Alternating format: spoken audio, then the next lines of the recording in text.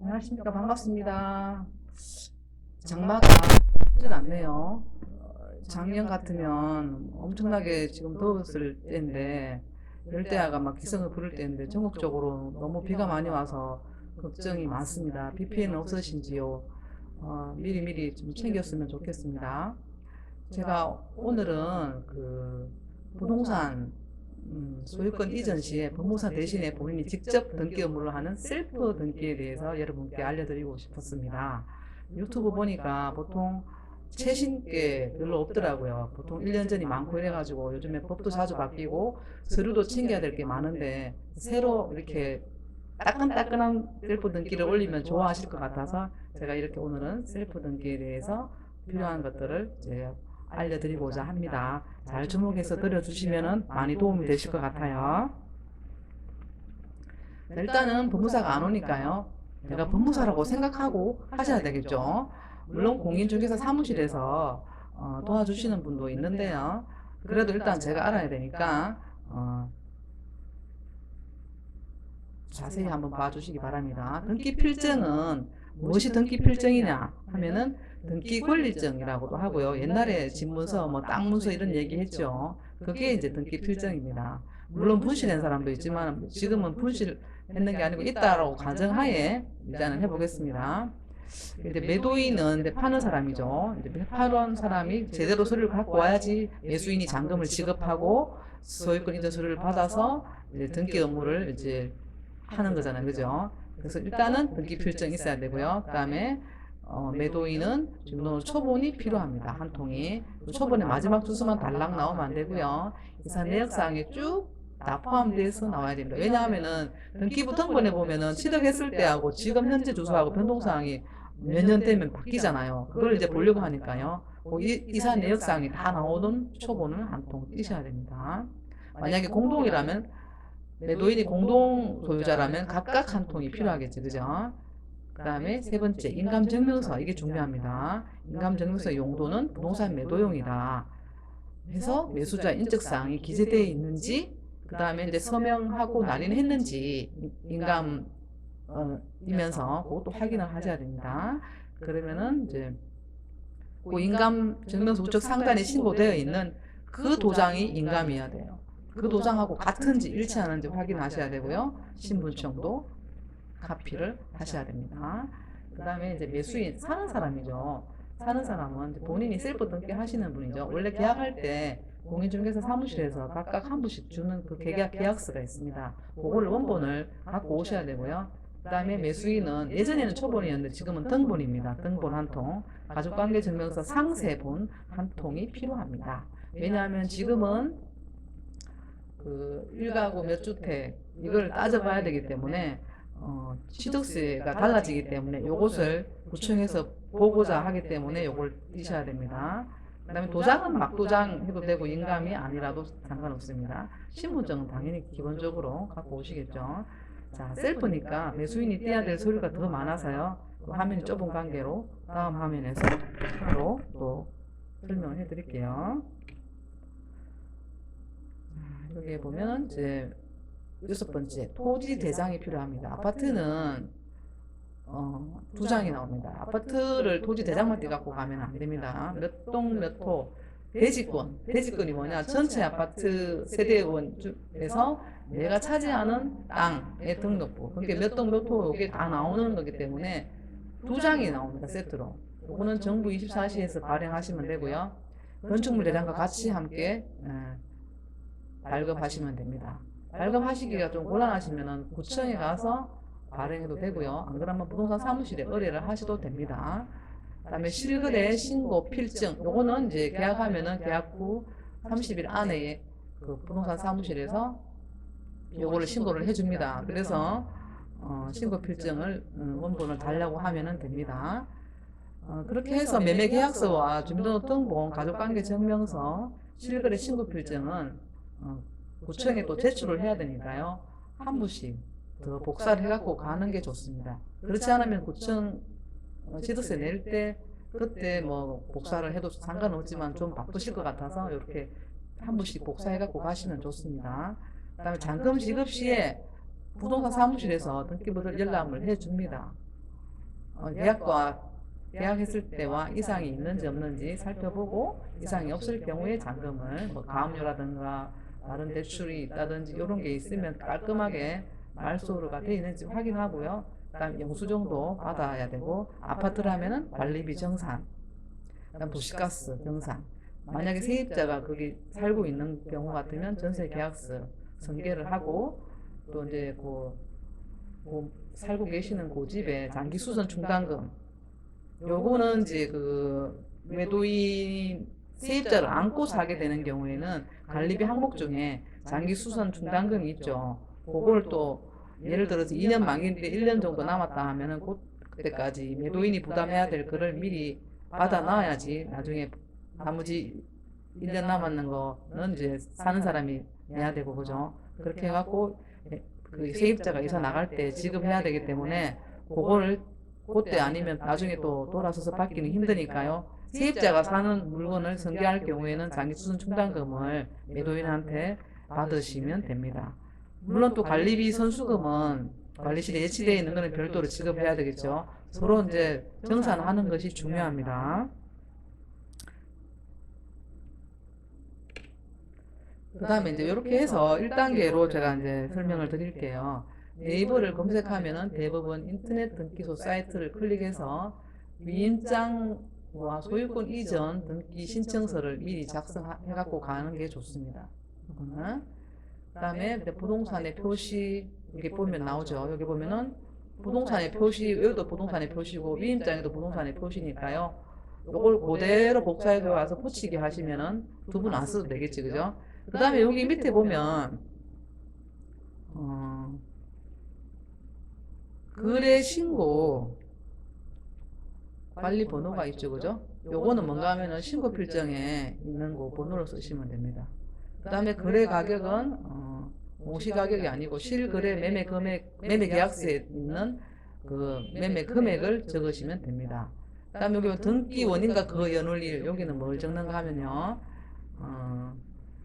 그 집을 취득했을 때, 계약했을 때 그 원인, 그걸 이야기합니다. 그러니까 매매로 샀기 때문에 매매로 이렇게 쓰는 것입니다. 그 다음에 등기의 목적, 왜 등기를 하느냐? 소유권 이전이라는 뜻입니다. 그 다음에 여기는 등기 의무자는 매도인이고요. 등기 권리자는 매수인입니다. 인적사항을 이렇게 기재하시면 됩니다. 이렇게. 지분은 이제 지분 전체 사기 때문에 굳이 표시하지 않아도 되고요. 지분이 있는 경우에는 지분별로 하고 공동으로 사는 경우에는 2분의 1, 2분의 1 하고 두 사람이 되겠죠. 그죠? 이런 거를 기재하시고요. 요거 작성할 때 이게 그 인터넷 사이트에 대부분 인터넷 등기소 사이트에 들어가서 그 등기하는 그 양식을 다운받아서 하시면 됩니다. 이건 어려운 게 없어요. 그렇게 하고 이제 혹시나 또 수정할 필요가 있기 때문에 여기 부분하고 여기 부분에 종이 빈 용지 여기 여백 부분에 매도인과 매수인의 도장을 찍으면 나중에 이렇게 중간에 뭐 고칠 일이 있으면 몇 자 증정 이렇게 할 때 필요하기 때문에 여기다 도장을 찍는 게 좋습니다. 다음 화면 보실까요?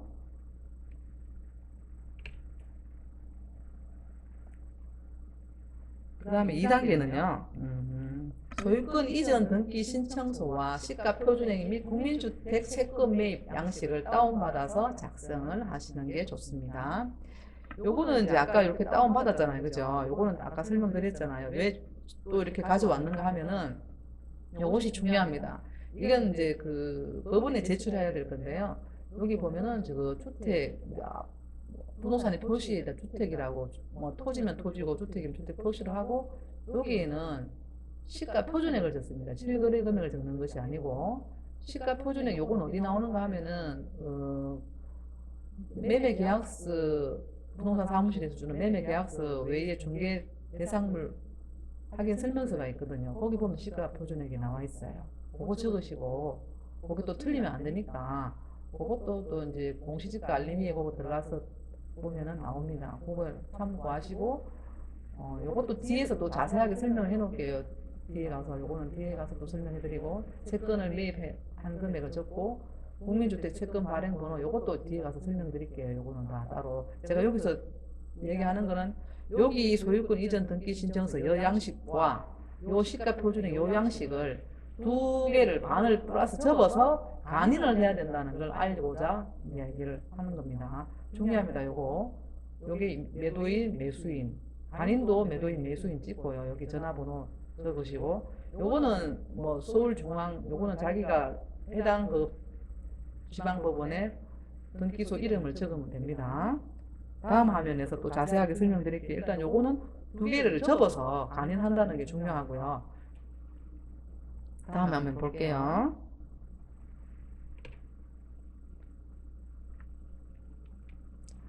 이제 그 채권을 얼마를 사야 되나, 그다음 인지대도 필요하고 그렇거든요. 그래서 이제 사이트를 검색을 하면은 주택도시기금 네이버에 사이트를 접속하시면은 요렇게 나옵니다. 이렇게 나오면은 여기 매입 대상 금액 초과가 나오잖아요. 매입 용도를 이제 그 종류별로 자기한테 맞는 거를 클릭해서 이렇게 하면은 요 시가 표준액이 여기서도 나오잖아요. 그죠?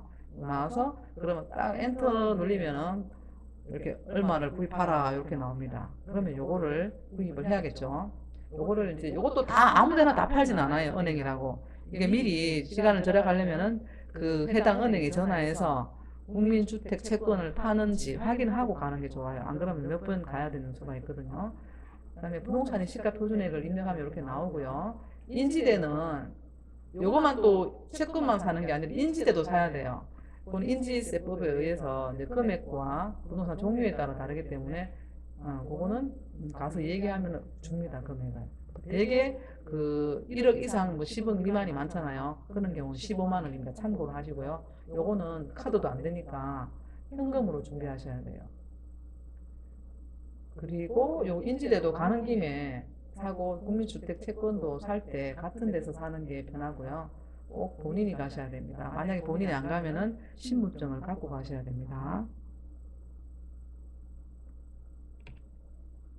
그 다음 하면요. 이렇게 이제 은행에 사러 가면은 이렇게 쓰라고 합니다. 매입 신청서 하면 요게 이제 이렇게 이름 적고 이렇게 하면 되고요. 이건 즉시 매도로 합니다. 잘 모르겠으면 그 담당자한테 물어보면 가르쳐 줍니다. 요거는요. 채권 매입시 작성하는 서류고요. 아까 말씀드렸죠. 시세에 따라서 금액에 따라 다르고 보통 채권 같은 경우에는 대부분 다 바로 그 자리에서 팔고 수수료만 납부하는 게 현실이고요. 이게 즉시 매도하니까 즉시 매도 체크하시고 이런 거는 다 쓰시면 됩니다. 뭐 주택 구입용이라고 쓰고 이름 쓰고 이건 어려운 게 아니라서 다음 화면으로 넘어가겠습니다. 그다음에 4단계 구청에 이렇게 해서 취득세과에 가서 취득세를 납부하시면 됩니다. 거기도 그냥 안 받아주고 이렇게 취득세 기한 내 신고서 해가지고 이렇게 또 적어야 됩니다. 전 소유자는 이제 매도인을 얘기하는 거겠죠. 취득자는 지금 사는 사람, 매도자와의 관계, 뭐 배우자나 직계 좀비속이 아니면 기타 단에 체크하시면 되겠고 이것도 어려운 게 아니에요. 이것도 이렇게 하시면 되고요. 신고서에 기재를 하고 그냥 세금 취득세를 내라고 이렇게 하는 게 아니라 부동산 매매 계약서하고 실거래 신고서, 가족관계 증명서, 주민등록등본 저건 앞 화면에서 참고로 이렇게 카피를 행거를 가져가면은 여기서 바로 제출을 하면 돼요.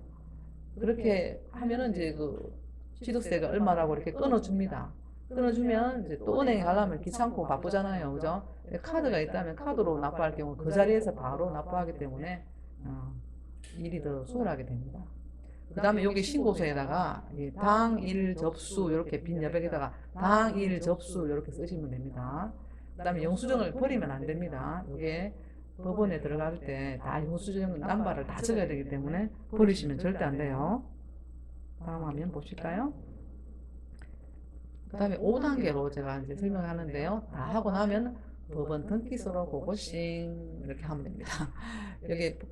여기 뭔가 하면은 보안 스티커인데요. 이게 예전에는 이렇게 안 나왔는데 요즘에 보안 스티커라고 해가지고 이렇게 이걸 딱 띄면은 안에 숫자가 나와요. 이걸 분리하면은 숫자가 나와요. 여기 지금 띄기 전에는 표시가 안 나서 모르고요. 딱 띄면은 1년 번호도 나오고 비밀번호도 나옵니다. 요거를 여기다가 시가 표준액 국민주택 매입 금액 적을 때 있잖아요. 요거 안에 들어있는 걸 보고 적어야 되는데요. 여기 보시면 등기 부동산 고유번호는 뭔가 하면은 등기부 등본에 그 고유 번호가 나와요. 그걸 보고 적으면 되고요. 여기 1년 번호, 요게 뭔가 하면은 요게 스티커 안에 들어가 있는 그 1년 번호하고 비밀번호가 있어요.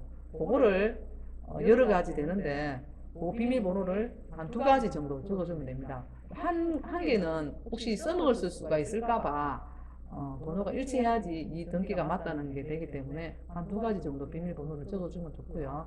여기 보면은 이제 부동산별 시가 표준액 적고요. 여기는 국민주택 매입했는 거 보고 적고 국민주택 채권 발행 번호 있잖아요. 제가 그 영수증 버리지 말라고 했잖아요. 거기 보면은 발행 번호가 나오거든요. 그 다음에 요거는 구청에서 내는 취득세 있죠. 영수증. 여기 보면 취득세 금액이 얼마고 지방교육세가 얼마고 이렇게 나오는 거예요. 그 다음에 이걸 두 개 합치면 여기 550만 원이잖아요. 그죠?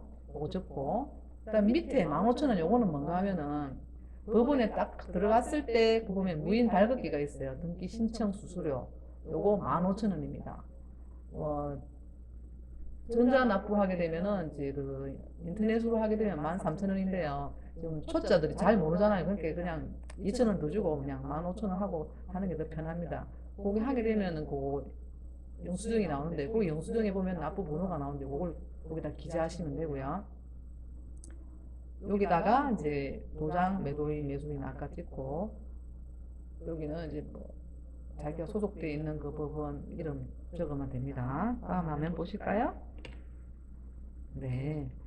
자, 이제 법원에 오면은 뭐 다 된 거나 마찬가지인데 여기서 정신을 바짝 차리셔야 돼요. 아까 말씀드린 그 15,000원 납부하고 등기 접수를 하면 내가 다 서류가 다 맞는가 일단은 쫙 훑어봐야 될 거 아닙니까? 그죠? 제출해야 될 서류를 한번 볼게요. 매매 계약서 원본 여기에다가 15만 원 그 전자 수입인지 찾는 거 있죠? 거기다가 첨부하셔야 돼요. 이게 부동산을 사게 되면 인지세법에 의해서 이제 그 전자 수입인지 이렇게 한 장으로 되어 있는 거 있거든요. 그걸 뒤에다 붙여야 됩니다. 그 다음에 이제 위임장, 시가 표준액 및 국민주택 채권 매입 금액, 소유권 이전 등기 신청서 요거를 이제 같이 넣고요. 그 다음에 실거래 신고필 정도 넣어야 되고요. 주민등록 초본 챙겨왔던 거를 다 맞는가 한번 확인하셔야 됩니다. 매도인 거, 등본 매수인 거.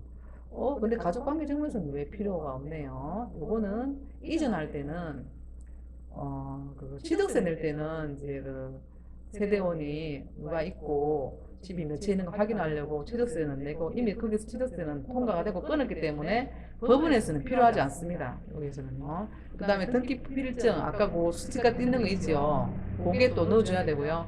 토지재산 요거 발급받아 오신 거 대지권 등록부 확인하시고 건축물관리대장 동호수 아파트라면 다 나오는지 확인하시고 그다음 인감증명서 띠갖고 왔는 거 넣으시고 그다음에 취득세 구청에서 내는 취득세 영수필 확인서 있죠. 영수증 말고 영수필 확인서 이렇게 띄면은 그거 넣어야 되고요. 그 다음에 등기 신청 수수료 영수필 한 통, 요게 15,000원짜리 있잖아요. 그것도 이제 영수증 말고 영수필 확인서를 띄가지고 이렇게 넣으시면 됩니다. 어려운 거는 없는데요. 다음 화면 보실까요? 자, 이렇게 이제 다 맞는가 확인하고 이렇게 그 등기 접수 등기관에게 드리면은요, 다 했다고 연락은 해주지는 않습니다. 보통 연락 안 오면 일주일 후에 등기소에 가서 신분증 각주 가서 찾으러 가시면 되고요. 만약에 난 다시 찾으러 올 시간도 없고 너무 멀다 이러면 처음부터 갈 때부터 그 1호 봉투에다가 그 등기 그 우표 붙여가지고 집에 도착할 수 있도록 이렇게 해달라고 하고 제출하면은 다시 안 가도 됩니다. 근데 만약에 보통 일주일 걸리는데요. 만약에 뭐가 좀 잘못됐다, 틀리게 됐다 이러면은 콜이 옵니다. 조용하게 한 4일 정도 안 온다고 생각하면 안 오면은 그거는 거의 통과됐다라고 보시면 돼요. 이렇게 하시면 되고요. 제가 셀프 등기의 추억이라고 이렇게 써놨는데요. 사실 그 사람이 태어나서 등기를 하는 게 뭐 과연 부동산 등기 자주 하시는 분도 계시지만 보통 평범한 사람들이 평생 몇 번 할까요? 이것도 어떤 추억이라고 생각이 되는 건데요. 부동산 사무실에서도 이렇게 서비스 차원에서도 이렇게 이제 좀 지인이 오면은 이렇게 옆에 가서 좀 도와주면 그분이 또 처음이지만 그래도 공인중개사 사무실에서 운영하는 부동산 소장들은 그래도 많이 봐왔잖아요, 그죠? 자기가 좀 가르쳐주고 또 조금 시간이 없을 때는 모르겠지만 시간이 있을 때는 같이 한번 따라가 주는 것도 고객한테 좀 봉사하는 서비스하는 이런 생각이 들어요. 그러면 더욱더 더 신뢰를 하겠죠. 또 나름 또 뿌듯하기도 하고요. 제가 오늘은 여기까지 제가 준비를 했고요. 비도 오는데 제 영상 끝까지 들어주셔서 감사드리고 다음에는 더 유익한 영상으로 찾아뵙기를 약속드리면서요. 오늘은